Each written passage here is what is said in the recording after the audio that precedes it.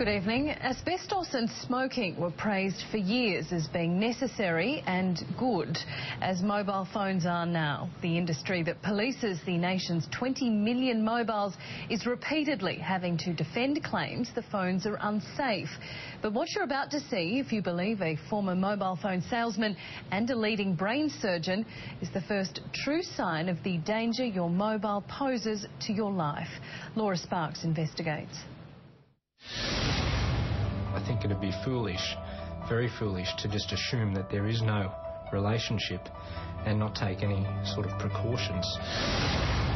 What makes me angry is that they continue to sell these phones without making sure that they are safe. It's a popular product, but overwhelmingly it's a safe product. The evidence is mounting. Brain tumours are on the increase. Even neurosurgeons are concerned. But the industry stands firm. I believe that mobile phones gave me this tumour, and I blame the mobile phone companies. David Smith faithfully sold mobile phones for 10 years. Little did he know he was getting paid to sell something that he believes now has ruined his life. I was angry at the mobile phone companies and also at the telecommunications companies too, because you know, they've put this product on the market without the proper research into what it does, and I guess they've used this as guinea pigs. So David, this white mass is the tumour. David was just 30 years old when he underwent 3 operations to remove the tumour, as big as a golf ball, around his acoustic nerve. During the surgery, the nerve was removed and another was accidentally damaged, causing David to lose muscular control in his face. So David, the tumour was just here, is that right, behind your ear? That's right, behind my right ear. Where did you used to talk on the mobile phone? I used to use my right ear as my phone ear. I used to use the mobile phone maybe 1 or 2 hours a day for the 10 years or so before I was diagnosed. David's tumour is one that studies have linked to mobile phone use. Professor Bruce Armstrong is head of Sydney University's Public Health Unit. He spent 10 years looking at the research between mobile phones and brain tumours. There was evidence of a 2-fold increase in risk of tumours.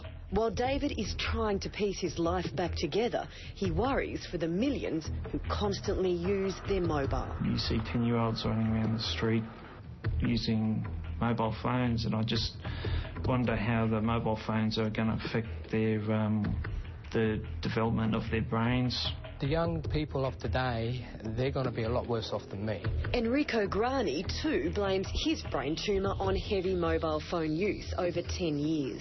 I had the analogue phone and it was like a toy, you know what I mean? You get a new toy, you talk all the time. He was diagnosed with a tumour in the parietal lobe, situated just above his right ear. Which is right here, right within the near-field radiation plume of the antenna of the phones that I was using.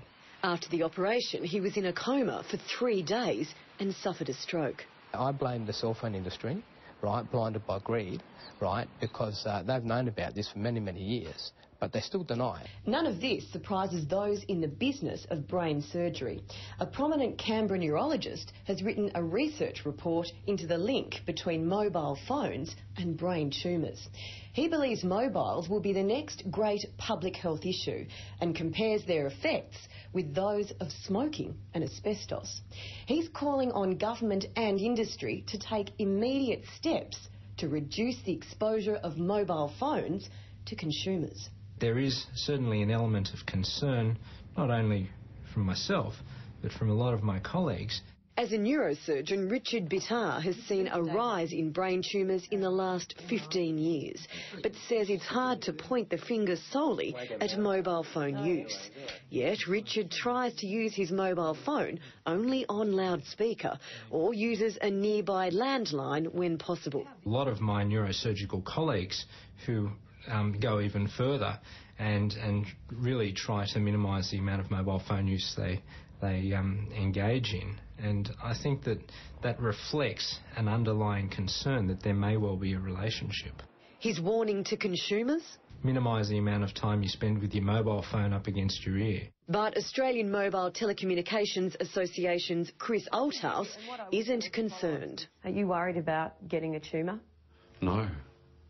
Do you use your phone every day? I use my phone every day, and I use it quite a lot every day.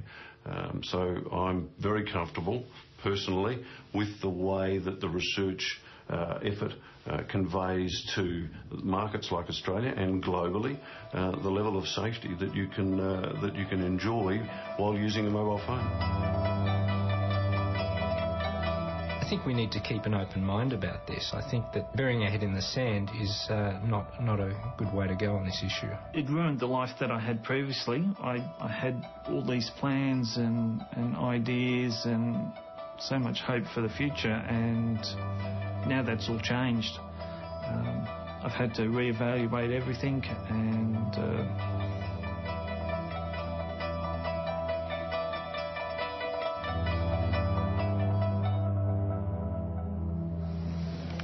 And neither David nor Enrico can now work because of their brain surgery, and their medical bills are going up.